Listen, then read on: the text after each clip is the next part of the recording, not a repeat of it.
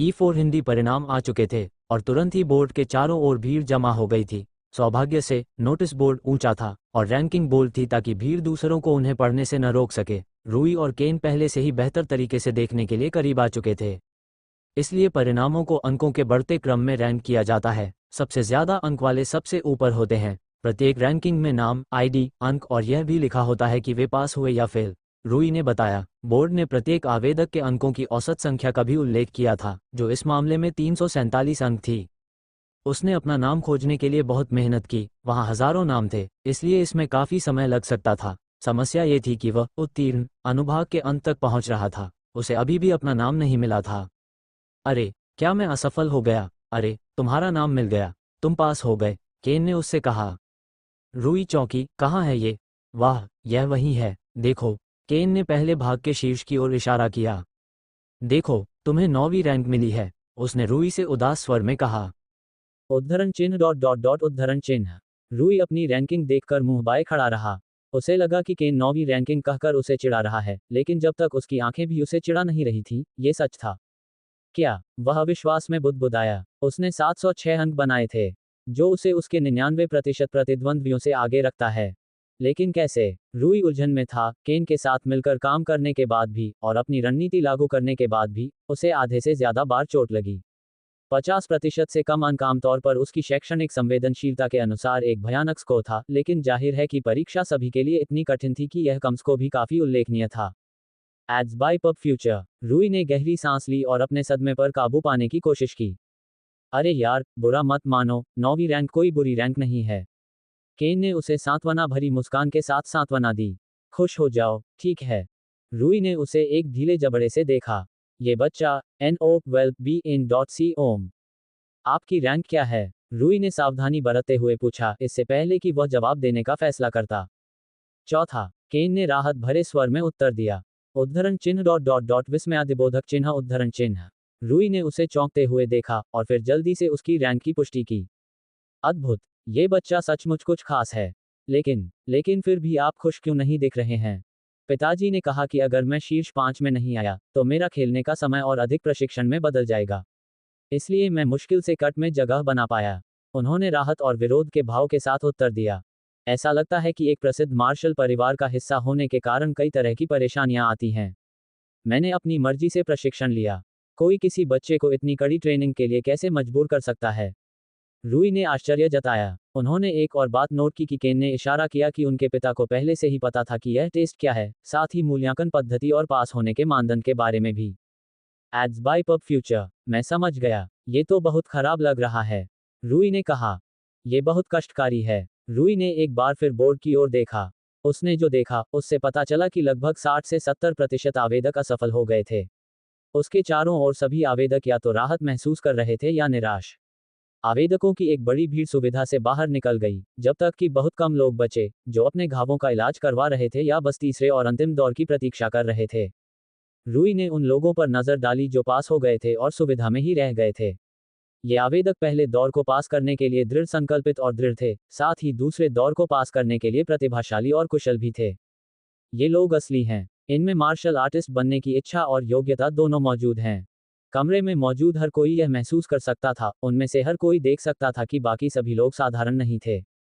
रूई ने एक बार फिर हमेशा की तरह लोगों का ध्यान अपनी ओर खींचा, न केवल उसके अजीब बालों और आंखों की वजह से, बल्कि उसकी आईडी की वजह से, जो शीर्ष 10 में से एक थी। ऐसे कई लोग थे जो उन आवेदकों की तलाश कर रहे थे जो शीर्ष 10 में आने में कामयाब रहे। आखिरकार, तीसरे दौर के अंत के आधार पर, यहाँ सबसे खतरनाक आवेदकों को याद रखना बहुत मददगार हो सकता है। मार्शल प्रवेश परीक्षा के दूसरे चरण में उत्तीर्ण होने पर बधाई। तीसरे चरण का विवरण बताने से पहले, आप में से प्रत्येक को दूसरे चरण के स्कोर के साथ एक बैच प्रदान किया जाएगा। आप बैच को कवर या स्टोर नहीं कर सकते हैं। तीसरा चरण दूसरे चरण के समान है, जिसमें आपका उद्देश्य अधिक से अधिक अंक प्राप्त करना है। हालांकि, आप जिस माध्यम से अंक प्राप्त करेंगे, वह अलग होगा। ये बहुत सरल है। चरण के अंत तक आपके पास जितने अंक होंगे, वह आपके पास मौजूद सभी बैच के अंकों के योग के बराबर होगा। आवेदकों के मन में समझ की एक चिंगारी चमक उठी। आप किसी भी माध्यम से अपने साथी आवेदकों के बैच प्राप्त करके अंक जमा कर सकते हैं। एक बार फिर, आपका लक्ष्य अंक जमा करना है। आप में से केवल आधे ही परीक्षा पास कर पाएंगे। आपका मूल्यांकन आपके प्रदर्शन के आधार पर किया जाएगा। तो मूलतः, अंतिम राउंड एक बैटल रॉयल होगा। रूई को जल्दी ही एहसास हो गया कि यह उसके लिए बुरा था। जिन लोगों ने सबसे अधिक अंक प्राप्त किए हैं वे स्पष्ट रूप से सबसे बड़े लक्ष्य बनेंगे। वे लोग हैं जिनके पास सबसे अधिक अंक के बैज हैं। शीर्ष 10 में मैं वास्तविक युद्ध में लगभग निश्चित रूप से सबसे कमजोर हूं। मेरे पास मार्शल आर्ट में कोई औपचारिक प्रशिक्षण नहीं है, युद्ध में मेरा अनुभव नगण्य है, मेरी शारीरिक क्षमता अन्य सभी आवेदकों से कम है, जिसमें केन भी शामिल है। पिछले 3 सालों में रूई ने जो एकमात्र मुकाबला प्रशिक्षण लिया था वह बुनियादी किकबॉक्सिंग अभ्यास था। मुक्का मारने और जैबिंग के लिए वह खुद को धरती से मानक मुक्केबाजी प्रशिक्षण से गुजरता था। बैग वक, स्लिप बैड, पैड वक आदि ये सामान्य मुक्केबाजी प्रशिक्षण अभ्यास थे। बेशक उसके पास वास्तविक उपकरण नहीं थे, उसे थोड़ा चतुर और साधन संपन्न होना था। उसने बैग उपकरण की जगह चावल के बैग, कपड़े से लिपटे लकड़ी के तख्तों को पेड़ों पर कील से जड़ा आदि का इस्तेमाल किया था। लेकिन उसने ऐसा केवल इसलिए किया ताकि वह खुद को मारने की अनुभूति से परिचित कर सके। ये किसी भी तरह से वास्तविक अनुभव नहीं था, या यहाँ तक कि स्पैरिंग का विकल्प भी नहीं था। ये वास्तव में कठिन होने जा रहा है। मैं पूरी तरह से निशाना बन जाऊंगा। मैं अन्य आवेदकों के बैच प्राप्त करने की कोशिश करना भूल सकता हूं, मेरे उच्च स्कोर के साथ मुझे वैसे भी उनकी आवश्यकता नहीं है। मुझे ये सुनिश्चित करने के लिए हर संभव प्रयास करना होगा कि मेरा बैच चोरी ना हो जाए। रूई को पहले से ही महसूस हो रहा था कि उसके प्रतिद्वंद्वियों का ध्यान उस पर है। यार, वे हमारे पीछे आएंगे, केन ने बेपरवाही से कहा। रूई अपने परिचित के बारे में भूल गया था, वह अपने लिए आने वाली कठिन परीक्षा में बहुत अधिक डूबा हुआ था। केन भी उसकी उम्र का था, इसके अलावा उसके पास रूई से ज्यादा अंक थे, इसलिए वह ज्यादा आकर्षक लक्ष्य था, लेकिन ज्यादा अंक होने का मतलब था कि उसे हराना मुश्किल होगा। आखिरकार उन दोनों की कम उम्र का मतलब था कि वे लक्ष्य के रूप में ज्यादा आकर्षक होंगे। आप आत्मविश्वास से भरे लग रहे हैं, रूई ने कहा। हाँ, निम्न रैंक वालों के लिए ये काफी आसान होना चाहिए, लेकिन उच्च रैंक वाले मजबूत हैं। मुझे नहीं पता कि मैं उनके बैज आसानी से ले पाऊंगा या नहीं। कोष्टक उद्धरण डॉट डॉट डॉट तथ्य यह है कि उसके दिमाग में यही था, इसका मतलब है कि उसे अपना बैच खोने की बिल्कुल भी चिंता नहीं है। रूई ने असहाय होकर आह भरी। वह केन जितना आश्वस्त नहीं था, उसका अनुभव का अभाव ऐसी चीज नहीं थी जिसे आसानी से दूर किया जा सके। तीसरे राउंड का सबसे महत्वपूर्ण नियम यह है कि जब आवेदकों की आधी संख्या अपना बैच खो देगी तो राउंड समाप्त हो जाएगा। इसके साथ ही तीसरे राउंड की व्याख्या समाप्त हो गई है। हम जल्द ही तीसरा राउंड शुरू करेंगे, शुभकामनाएं। रूई ने अपनी आंखें सिकोड़ लीं। ये नियम अच्छी और बुरी दोनों तरह की खबरें देता है। बुरी खबर यह है कि अब मेरे हमलावर अधिक आक्रामक होंगे, क्योंकि बैच चुराए जाने की संख्या सीमित कर दी गई है। अच्छी खबर यह है कि मुझे तब तक इंतजार करना होगा जब तक आधे आवेदक बैच नहीं खो देते। ये संभवतः जल्दी होगा, क्योंकि मैं संभवतः निम्न रैंक वाले आवेदकों की तुलना में अधिक समय तक टिक पाऊंगा। रूई ने निष्कर्ष निकाला। मेरे हमलावर संभवतः मध्यम या निम्न रैंक वाले आवेदक होंगे। उच्च रैंक वाले आवेदकों को एक दूसरे को निशाना बनाने की कोई आवश्यकता नहीं है। केवल अपने उच्च स्कोर को बनाए रखना ही यह सुनिश्चित करेगा कि वे परीक्षा में उत्तीर्ण होंगे। यदि वे बैच चुराने की जहमत उठाते हैं तो वे संभवतः निम्न मध्य रैंक वालों को निशाना बनाएंगे, जिन्हें वे आसानी से हरा पाएंगे। रूई ने विश्लेषण जारी रखा। ध्यान देने योग्य एक और महत्वपूर्ण बात यह है कि लक्ष्य बैच को बनाए रखना और प्राप्त करना है। इसका अर्थ यह है कि शारीरिक क्षमता ही एकमात्र चर नहीं है। हर किसी के पास अंधे स्थान होते हैं, चाहे आप कितने भी मजबूत हों और बैज आपके शरीर से कितनी भी मजबूती से चिपका हुआ हो, आप थोड़ी सी लापरवाही से इसे खो सकते हैं। केन ने बेपरवाही से गुनगुनाया, जबकि रूई ने अपनी स्थिति का मूल्यांकन किया और यह भी कि उसे क्या कदम उठाना चाहिए। आपको इतना विश्वास कैसे है कि आप अंत तक अपना बैच बरकरार रख पाएंगे? रूई ने पूछा। ऐसा इसलिए है क्योंकि मैं पहले से ही एक मार्शल अप्रेंटिस हूं, केन ने जवाब दिया। उद्धरण चिन्ह डॉट डॉट विस्मयादिबोधक चिन्ह उद्धरण चिन्ह। ये सोचना गलत नहीं होगा कि यह लड़का पहले से ही एक मार्शल आर्टिस्ट है। इसमें कोई आश्चर्य नहीं कि वह शीर्ष 3 रैंकर्स से बहुत कम उम्र का होने के बावजूद चौथा स्थान हासिल करने में सफल रहा। मैं उससे तुलना नहीं करता। मार्शल अप्रेंटिस होने का वास्तव में क्या मतलब है? रूई ने जिज्ञासा से पूछा। ठीक है, पिताजी ने कहा कि एक मार्शल अप्रेंटिस वह व्यक्ति है जिसने मार्शल आर्ट के क्षेत्र की बुनियादी बातों में महारत हासिल कर ली है और अपने मार्शल पथ की खोज कर ली है और अपनी आत्मा को प्रकट कर लिया है। क्षेत्र, मार्शल पथ, आत्मा की अभिव्यक्ति, रूई ने उलझन में पूछा। क्षेत्र मार्शल आर्ट्स के मौलिक विभिन्न पहलुओं की तरह हैं: आक्रमण, रक्षा, पूरक और पैंतरेबाजी। ये 4 प्राथमिक क्षेत्र हैं जो हर एक मार्शल आर्ट में होने चाहिए। आक्रमण के बिना आप कभी नहीं जीत सकते, रक्षा के बिना आप हमेशा हारेंगे, और पैंतरेबाजी और पूरक के बिना आप आक्रमण और रक्षा का सामंजस्य में उपयोग नहीं कर पाएंगे। सभी मार्शल आर्ट्स को इन चारों की अलग अलग डिग्री की आवश्यकता होती है, चाहे वह कितनी भी कम क्यों न हो। और मार्शल पथ मूलतः अपनी स्वयं की मार्शल आर्ट विकसित करने और बनाने की यात्रा है। रुको, अपनी खुद की मार्शल आर्ट से तुम्हारा क्या मतलब है? रूई ने हैरान होकर पूछा। केन ने उस प्रश्न पर उसे एक उलझन भरी नजर से देखा। सचमुच, यह आपकी अपनी मार्शल आर्ट है? रुको, आप मुझे बता रहे हैं कि हर मार्शल आर्टिस्ट के पास अपनी मार्शल आर्ट होती है जो दुनिया के किसी अन्य मार्शल आर्टिस्ट के पास नहीं होती? केन ने जवाब में सिर हिलाया।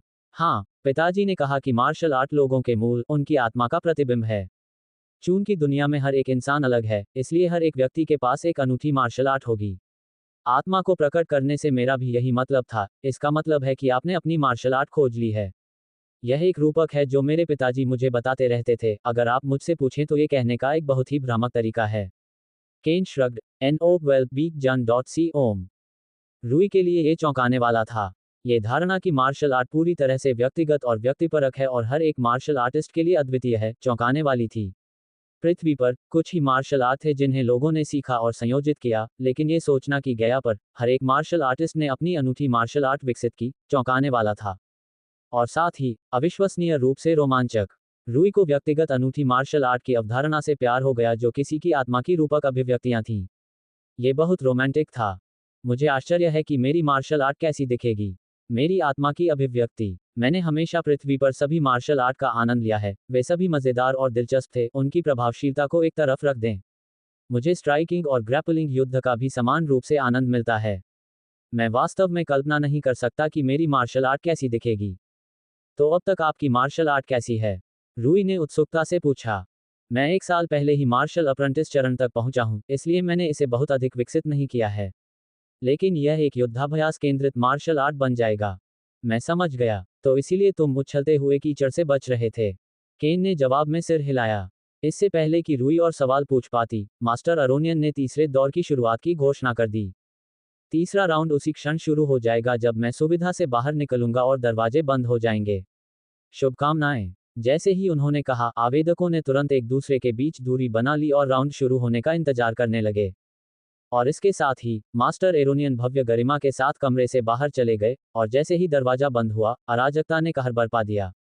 यह अंतिम दौर है। मैं इस बैच को अपने पास रखूंगा, भले ही इसके लिए मुझे जान देनी पड़े। रूई और केन पीछे हट गए क्योंकि कई आवेदकों ने तुरंत उन्हें निशाना बनाना शुरू कर दिया। टस्क, कमबख्त मैला ढोने वाले। रूई ने गाली दी, फिर भी वह अपनी मुस्कान को दबा नहीं पाया। ये पहली बार था जब वह लड़ रहा था। सबसे पहले मुक्का मारने वाला लगभग 15 साल का पुरुष लग रहा था। उसकी हालत बहुत खराब थी और उसका वार लगभग तय था। रूई ने अपने प्रतिद्वंद्वी की नाक पर वार करते हुए उसे चकमा दिया, अपनी बीच की अंगुली को टिप पर निशाना बनाया।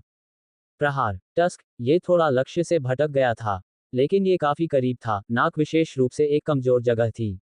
वहां बहुत जोर से प्रहार करने से दर्द और भटकाव होता था। रूई ने अपने प्रतिद्वंद्वी के पास मौके होने पर एक और वार करने का संकल्प लिया। उसने अपने प्रतिद्वंद्वी के अंडकोश पर एक पूरी तरह से घुमावदार किक मारी, जिससे वह दर्दनाक दर्द में था। दूसरी ओर रूई बहुत खुश थी। हाँ, मेरी पहली युद्ध विजय। उसने पहले जश्न मनाया। बैम! एक शक्तिशाली लात उसकी ओर से मारी गई और उसके हाथ पर लगी। आह! घात लगाए बैठा व्यक्ति उसका बैच छीनने के लिए आगे बढ़ा। तभी अचानक पब फ्यूचर द्वारा विज्ञापन। इतनी जल्दी नहीं। केन ने ऊंची किक से उसे रोका जो सीधे आवेदक की ठोड़ी पर लगी और उसे पूरी तरह से बेहोश कर दिया। तुम ठीक हो? उसने रूई से पूछा, उसे उठने में मदद करते हुए। हाँ, रूई ने कराहते हुए कहा। अरे, मैं बहुत लापरवाह था। मुझे और अधिक सतर्क रहने की जरूरत है। केन न होता तो मैं अपना बैच खो देता। रूई ने खुद को डांटा। मुझे बचाने के लिए धन्यवाद, लेकिन आपको ऐसा करने की जरूरत नहीं थी। मुझे पता है, ये शर्म की बात होगी अगर तुम अकादमी में प्रवेश नहीं करोगे। अभी ज्यादा समय नहीं हुआ है, लेकिन तुम्हारे साथ समय बिताना मजेदार है।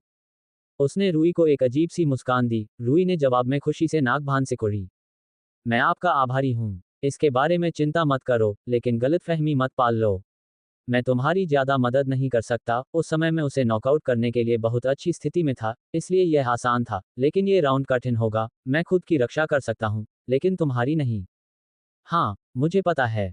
मैं इस उम्मीद में इस परीक्षा में शामिल नहीं हुआ था कि कोई मेरी रक्षा करेगा। रूई ने उन आवेदकों पर अपनी नजरें गड़ा दी जो उनके पास आने लगे थे। उनका लक्ष्य मेरा बैज है, लेकिन इसे लेने के लिए उन्हें हाथ की लंबाई के भीतर पहुंचना होगा। कुंजी उन्हें मेरे इतने करीब नहीं आने देना है। मुझे किक पर निर्भर रहना होगा। रूई ने फैसला किया। यह एक ऐसा निष्कर्ष था जिस पर केन खुद भी पहुंचे थे। लात मारना, बचाव, अवरोध पैदा करना, पीछे हटना। लात मारना, जांच करना, लात मारना, पीछे हटना, अवरोध पैदा करना, चकमा। ये बहुत करीबी मुकाबला था। वह लगभग बैच को छू गया था। NO12BN.C लात मारना। पब फ्यूचर द्वारा विज्ञापन। रूई को समय का बिल्कुल भी एहसास नहीं था, उसे बिल्कुल भी अंदाजा नहीं था कि कितना समय बीत गया है। ये कुछ मिनट, एक घंटा, कुछ घंटे हो सकते थे, या फिर शायद कुछ दिन भी हो सकते थे। निश्चित रूप से ऐसा लगता है कि ऐसा हुआ है। वह हौंफने लगा, अपने हाथों को घुटनों पर रखकर सांस लेने की कोशिश कर रहा था। उसे इस तथ्य के कारण कुछ पल का आराम मिला कि उसके लक्ष्य पर कुछ कम रैंक वाले आवेदकों ने हमला किया था। उसे थोड़ी देर के लिए लेकिन महत्वपूर्ण राहत मिली। उनकी रणनीति उतनी प्रभावी नहीं रही जितनी उन्होंने आशा की थी। एक बात यह है कि हालांकि दूरी बनाए रखने के लिए किक का इस्तेमाल किया जा सकता है, ऐसा इसलिए है क्योंकि उनकी रेंज घूंसे या घूंसे से अधिक होती है। लेकिन मैं केवल 13 साल का हूं, उम्र के अंतर के कारण मेरे पैर वास्तव में मेरे लक्ष्यकर्ताओं की भुजाओं से ज्यादा बड़े नहीं हैं। यह एक समस्या थी क्योंकि वे लात से बचते हुए भी उसका बैज लूट सकते थे। वे कई बार इतने करीब आ चुके थे कि उन्हें सहूलियत नहीं थी। दूसरी बात, किक में सीमा और शक्ति होती है, लेकिन मुक्कों की तुलना में लचीलापन कम होता है और संतुलन की अधिक आवश्यकता होती है, क्योंकि आप एक पैर पर संतुलन बनाते हुए अपने द्रव्यमान के केंद्र को अधिक बल के परिणामस्वरूप बहुत अधिक स्थानांतरित कर देते हैं। यदि कोई किक से बचते हुए बहुत करीब आ जाता है, तो प्रभावी ढंग से मुकाबला करना बहुत कठिन होता है, क्योंकि किक के बीच में आपके शरीर की गति और गति को रोकना कठिन होता है, और साथ ही, चूंकि आपका शरीर एक पैर पर संतुलन बना रहा होता है, इसलिए ऐसी स्थिति में संतुलन न खोने के लिए बहुत अधिक प्रयास करना पड़ता है। इसका मतलब ये था कि अगर कोई व्यक्ति किक करने वाले व्यक्ति के करीब जाते हुए पूरी ताकत से अधिकतम दूरी तक किक करने से बचता है, तो किक करने वाला व्यक्ति व्यवहारिक रूप से फंस जाता है। कम से कम, यह मार्शल अप्रेंटिस या कौशल के निम्न स्तर पर सच था। इसका यह भी अर्थ था कि रूई को बहुत हल्की किक मारनी थी। वह ऐसी किक नहीं मार सकता था जिससे किसी भी चूक का मुकाबला करना मुश्किल हो जाए। लेकिन हल्की किक की आमतौर पर कम दूरी और ताकत होती थी, इसलिए ये लक्ष्य को कम करने के प्रयास में लक्ष्य को बाधित नहीं कर पाती थी। रूई ने, बेशक, इस समस्या को कम करने का प्रयास किया था। उसने ये सुनिश्चित करके ऐसा करने का प्रयास किया कि उसके वजन का बोझ किसी भी समय उसके दो पैरों में से केवल एक द्वारा समर्थित और बनाए रखा जा रहा था। इससे उसे तेजी से किक मारने में मदद मिली। इसका कारण ये था कि आमतौर पर हर बार जब वह किसी खास पैर से किक करना चुनता था, तो उसे अपने शरीर का सारा वजन उस पैर, किक करने वाले पैर से हटाकर दूसरे पैर, सपोर्ट करने वाले पैर पर स्थानांतरित करना पड़ता था। ऐसा करना जरूरी था और उसके बाद ही वह बिना संतुलन खोए किक मार सकता था। हालांकि, एक पैर पर हमेशा अपना वजन रखने से उसे हर बार अपना वजन बदलने में समय बर्बाद नहीं करना पड़ता था। इस प्रकार, उसने हल्की किक मारने के लिए आवश्यक समय अवधि को कम कर दिया था। इसके अलावा उसने अपनी किक के विफल होने पर ठीक से बचाव करने के लिए आवश्यक रिकवरी समय को भी कम कर दिया था। ये रणनीतियां और समाधान क्रांतिकारी नहीं थे, नहीं वे बहुत प्रभावी थे। लेकिन साथ मिलकर वे रूई को बिना खोए अपना बैज बचाए रखने में सक्षम थे। केन मुझसे कहीं बेहतर कर रहा है। केन की चाल वाकई रूई के लिए अद्भुत थी। उसे चलते हुए देखकर रूई को ऐसा लगा कि उसका शरीर भारहीन है। उसके शरीर के भार के अनुपात में मांसपेशियों का भार बहुत अधिक है। इसी कारण वह अपनी मांसपेशियों को बहुत आसानी से हिला पाता है। वह जैब और ग्रैब से बाल बाल बचने में सक्षम था, साथ ही साथ अपने लक्ष्यकर्ता के खुलेपन का फायदा उठाने वाले हमलों की तैयारी कर रहा था। ये प्रासंगिक लग रहा था कि केन ने राउंड की शुरुआत से पहले रूई को अपने मार्शल आर्ट के बारे में क्या बताया था। तो, यह एक मार्शल आर्ट है, यह अभी भी प्रारंभिक चरण में है, लेकिन यह अभी भी अद्भुत है। रूई ने जो देखा, उसके अनुसार केन की चाल ढाल की क्षमता उसके असाधारण मांसपेशी द्रव्यमान और शरीर द्रव्यमान अनुपात के कारण थी, तथा साथ ही उसके शरीर का हल्का होना भी उसके लिए बहुत बड़ी चुनौती थी, क्योंकि इन दोनों कारकों के कारण ही वह अत्यधिक चपलता और गति से काम कर पाता था। लेकिन यह एकमात्र कारण नहीं है। रूई देख सकता था कि उसके चकमा देने के तरीके बेहद कारगर थे। वह अपने चकमा देने की हरकत से खुद के हमले की तैयारी करते हुए हमले से बचने या कम से कम हमले की प्रभावशीलता को कम करने के लिए जितना संभव हो सके उतना कम हिलता था। उदाहरण के लिए, अगर कोई उसके सिर पर हमला करने का लक्ष्य रखता है, तो वह पीछे की ओर झुकता है और साथ ही एक सीधी ऊंची किक मारता है, जबकि पीछे की ओर झुकने से उत्पन्न टॉर्क द्वारा इसकी शक्ति और सीमा को बढ़ाता है। वह इस तरह से अपने एक लक्ष्यकर्ता को आसानी से नॉकआउट कर देता है, और यहां तक कि उसका बैज भी ले लेता है। जैसे ही रूई केन की वीरता की प्रशंसा कर रहा था, उसने एक महिला की आवाज सुनी जो उसे बुला रही थी। तुम बहुत दिलचस्प हो ना, रूई क्वार्य। रूई ने उस व्यक्ति की ओर देखा जिसने उसे आवाज दी थी और उसकी आंखें चौंक कर चौड़ी हो गईं। चांदी के बालों वाली उस लड़की के शरीर पर कई बैज लगे हुए थे, वह उन सभी को गिन भी नहीं पाया। उसने कितने लोगों को हराया। ये बहुत आश्चर्य की बात नहीं है कि ऋषि अर्णकार के प्रत्यक्ष शिष्य ने 13 वर्ष की आयु में भी अच्छा प्रदर्शन करते हुए उच्च रैंक के साथ तीसरे दौर में जगह बनाई, हालांकि अभी भी बहुत प्रभावशाली है। वह केन की ओर देखते हुए मुस्कुराए। लेकिन यह अजीब बात है कि कोई अनाम 13 वर्षीय साधारण लड़का इतने लंबे समय तक जीवित रहा और यहां तक कि फलता फूलता भी रहा। रूई ने अपनी सतर्कता बढ़ा दी, उसने उसे पहचान लिया। फे दुल्हन, वह 16 साल की लग रही थी। पिछले राउंड में वह दूसरे नंबर पर थी। जब उसने अपना बैज लिया था तो उसने उसका चेहरा याद कर लिया था। आप मेरी चापलूसी कर रहे हैं, मैं तो बड़ी मुश्किल से यहाँ तक पहुंचा हूँ, यहाँ तक कि कई बार तो मैं अपना बैज भी खोने वाला था। उसने उसकी तीखी आंखों में देखा, उसके अशुभ बालों और आंखों पर ध्यान दिया। Ads by PubFuture. अचानक धमाका। रूई ने बड़ी मुश्किल से एक भारी हमले को गार्ड की मदद से रोका। वह बहुत तेज है, और सबसे महत्वपूर्ण बात यह है कि उसमें क्या शक्ति थी। उसकी भुजाएं दर्द से कांप रही थीं। बुरा नहीं है, तुमने उसे अच्छी तरह से रोक दिया, उसने कहा और उस पर हमला जारी रखा। मुझे समझ नहीं आता कि आप जैसे किसी व्यक्ति को मेरे बैच की क्या जरूरत होगी, रूई ने किसी तरह से बोलते हुए कहा। ओह, मुझे आपके बैच की परवाह नहीं है, आप इसे रख सकते हैं, उसने मासूमियत से जवाब दिया, जबकि वह उसे पीट रही थी। केन ने देखा था कि वह मुश्किल में था, लेकिन वह बहुत व्यस्त था। इसके अलावा उसे नहीं लगता था कि वह फे को हरा सकता है। वह बहुत मजबूत थी, ये बहुत जोखिम भरा था। वह अपनी दादी, ऋषि दुल्हन की प्रत्यक्ष शिष्या थी, जो उसके पिता की परिचित थी।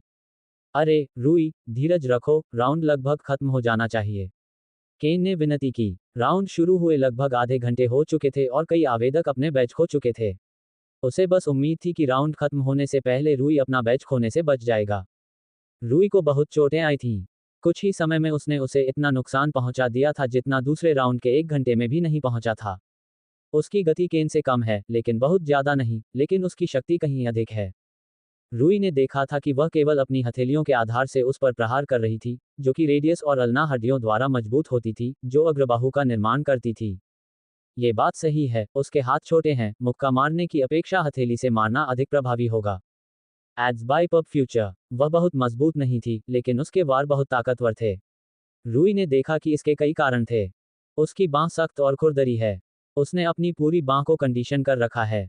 रूई ने उसके हमले को सहते हुए मुंह बनाया। मोटे तौर पर कहें तो कंडीशनिंग प्रक्रियाओं या क्रियाओं का एक समूह है जो मार्शल कलाकार द्वारा शरीर के उन भागों की स्थायित्व, कठोरता और दर्द सहनशीलता को बढ़ाने के लिए किया जाता है, जिन पर कंडीशनिंग की जाती है, आमतौर पर लंबे समय तक। कठोर एवं सख्त प्रहारों से अधिक क्षति हुई, क्योंकि उनसे प्रहार और लक्ष्य के बीच टकराव अधिकाधिक अप्रत्याशित हो गया। ये कहने का वैज्ञानिक तरीका था कि कठोर और सख्त प्रहार नर्म और कमजोर प्रहारों की तुलना में ज्यादा चोट पहुंचाते हैं। अगर कोई बीच बॉल से बहुत जोर से टकराता है तो उसे चोट नहीं लगेगी, लेकिन अगर कोई स्टील बॉल से टकराता है जिसका वजन बीच बॉल के बराबर है और जिसे उसी गति से फेंका गया है, तो उसे निश्चित रूप से चोट लगेगी। इसका कारण उनकी टक्कर में अंतर था। बीच बॉल हिट एक लोचदार टक्कर थी जहां गेंद की ऊर्जा क्षति में परिवर्तित नहीं हुई, जबकि स्टील बॉल हिट एक अकुशल टक्कर थी, जहां गेंद की गतिज ऊर्जा क्षति में परिवर्तित हो जाती है, लक्ष्य पर क्षति पहुंचती है। हालांकि ये दर्द देने वाली एकमात्र वजह नहीं है। वह अपनी शक्ति का कुशलतापूर्वक उपयोग कर रही है, और हर शक्ति उसके शरीर के वजन का उपयोग करती है। रूई ने कहा, भले ही इससे बहुत दर्द हो रहा हो। उसके युद्ध कौशल ने उसे, जो मार्शल आर्ट लड़ाकू खेल का दीवाना है, बेहद उत्साहित कर दिया। फे ने उत्सुक भाव से अपना हमला जारी रखा। उसने कुछ अजीब बात नोटिस की। वह मुस्कुरा रहा है। ये हल्का था, इसके अलावा उसके चेहरे के भावों के माध्यम से इसे पहचानना कठिन था, लेकिन वह इसके नीचे उत्साह को मुश्किल से ही पहचान पा रही थी। हाँ, वह इसका आनंद ले रहा है। वह एक दिलचस्प की थपथपाना। वह आश्चर्य में जम गई। रूई ने अभी अभी अपना बचाव छोड़ा था, झुक गया और उसके वार पर हमला किया, जिससे उसकी हथेली का वार उसके सिर के ऊपर जोर से लगा। उसने हथेली को जिस ताकत से मारा था और साथ ही साथ उसने जो कठोरता दिखाई थी, उससे उसके सिर के ऊपर एक घाव हो गया था जिससे खून बहने लगा था। हालांकि उसने घाव को अनदेखा किया और उसकी कमर की ओर दौड़ा और उसकी जांघों को पकड़ लिया। Raipur woman gets rich with this AI powered stock analysis tool. AI trading assistant, accurate stock analysis at your fingertips. अब तुम मेरे पास हो, वह चिल्लाया जब उसने उसके निचले हिस्से को खींचते हुए उसके ऊपरी हिस्से को धकेला। टेकडाउन, यही वह था जिसका रूई ने लक्ष्य रखा था। उन्होंने ये निर्णय हल्के फुल्के ढंग से नहीं लिया था। इससे पहले रूई ने कई सूक्ष्म अवलोकन किए थे। वह सीधे हथेलियां फेंक रही है और कुछ नहीं। ऐसा संभवतः इसलिए है क्योंकि हथेलियां प्रभाव डालने में अच्छी होती हैं, उनमें बहुत कम अंतर्निहित भिन्नता होती है क्योंकि अन्य प्रकार के प्रक्षेप पथों को नियमित रूप से उपयोग करने के लिए बहुत अधिक लचीलेपन की आवश्यकता होती है। ऐसा इसलिए भी है क्योंकि वह मुझसे थोड़ा पीछे हट रही है। एक और बात यह है कि वह जो भी प्रहार करती है वह अधिकतम शक्ति के करीब होता है। जहां तक मैं बता सकता हूं, वह अपने शरीर को घुमाती है, अपने कोर और अपने पैरों से शक्ति प्राप्त करती है। इससे बहुत शक्ति मिलती है, लेकिन यदि कोई इससे बचता है तो उसके लिए इसका मुकाबला करना मुश्किल होगा। समस्या ये थी कि रूई को नहीं पता था कि उसके हमलों से पूरी तरह कैसे बचा जाए। उसकी गति बहुत अधिक है, इसके अतिरिक्त हथेलियों का प्रभाव मुट्ठी की तुलना में अधिक व्यापक होता है। इस तरह के तेज चौड़े प्रहार से बचने के लिए तैयारी की आवश्यकता होती है, जिसे वह निश्चित रूप से नोटिस करेगी। यदि वह नोटिस करती है तो मैं उसे आश्चर्यचकित नहीं कर सकता, इसलिए चकमा देना और फिर सीमा को कम करना असंभव है। इससे केवल एक ही रणनीति बचती है, लेकिन यह एक जुआ है। तेज और चौड़े वार से बचने के लिए पहले से ही सोची समझी हरकतों की जरूरत होती है, जिससे उसे उसके इरादों का पता चल जाता। लेकिन उसे मारने देना उसके लिए संभव नहीं था। अगर वह बस दौड़कर आ सकता था, वार को झेल सकता था, उससे बेहोश नहीं हो सकता था, तो वह उसे नीचे गिराने की कोशिश कर सकता था और उसके साथ हाथापाई कर सकता था। लेकिन बिना सुरक्षा के उसके हमले से गंभीर रूप से घायल न होने की मेरी क्या संभावना है? अगर ऐसा नहीं होता, तो उसे निश्चित रूप से चोट लग जाती, सबसे खराब स्थिति में वह बेहोश हो जाता। लेकिन उसके पास कोई और विकल्प नहीं था। अगर मैं ये हथेलियां लेता रहा तो मैं बर्बाद हो जाऊंगा। ये जोखिम भरा है, लेकिन यह निश्चित हार से बेहतर है। वह उस हमले का इंतजार कर रहा था जो ऊपर से निशाना साधा गया था। जब हमला हुआ, तो उसने अपनी हिफाजत छोड़ दी और उसके पैरों की तरफ भागा, ये दिखावा करते हुए कि उस पर निशाना साधा गया हमला हुआ ही नहीं। लेकिन हमला हुआ, और उसने उसके सिर के ऊपर की त्वचा और थोड़ा मांस को छू लिया, जिससे तुरंत खून बहने लगा। ये बहुत दर्द कर रहा है। लेकिन वह सहता रहा। रूई उसके पैरों को पकड़ते हुए अंदर घुसी। उन्होंने योजना पूरी कर ली थी। सवाल यह है कि योजना अच्छी थी या नहीं। उसके पास पहले से ही बहुत कम विकल्प थे। वह उसके हमलों को झेल सकता था, जबकि वह उसे पीट पीट कर अधमरा कर देती थी। वह भाग सकता था, भले ही वह उससे अधिक तेज थी और उसकी पीठ और सिर पर हमला कर सकती थी। या फिर वह ऐसा जुआ खेल सकता था जो जोखिम भरा हो और फिर भी बहुत कठिन हो, भले ही वह सफल हो जाए। उसे तीन बुराइयों में से कम बुरी को चुनना था। क्या उसने सही चुनाव किया? गार्ड को छोड़कर और बेतरतीब ढंग से बीच बीच में टेकडाउन के लिए दौड़ना बहुत खतरनाक बात थी। उसे आसानी से नॉकआउट किया जा सकता था, या अगर वह कुशल और अनुभवी होता तो वह पूरी तरह से स्ट्राइक से बच सकता था। स्ट्राइक ने उसे नॉकआउट नहीं किया, इसका एकमात्र कारण ये था कि फे को बिना किसी तैयारी के पकड़ा गया था, इसलिए उसकी प्रतिक्रिया का समय सामान्य से थोड़ा अधिक था। वह समय पर उस पर हमला करने के लिए प्रक्षेपवक्र को समायोजित करने में सक्षम नहीं थी। हाँ, अब मैं उससे कुश्ती लड़ सकता हूँ। इस तरह से उसकी शारीरिक कंडीशनिंग वास्तव में बहुत ज्यादा मायने नहीं रखेगी। इसके अलावा जिस तंत्र से उसके प्रहार इतने शक्तिशाली थे, उसे कुश्ती में भी लागू नहीं किया जा सकता। मैं संभावित रूप से उसे हरा सकता हूँ। बैम! रूई ने खून थूका और तुरंत बेहोश होकर उसके पैरों पर गिर पड़ी।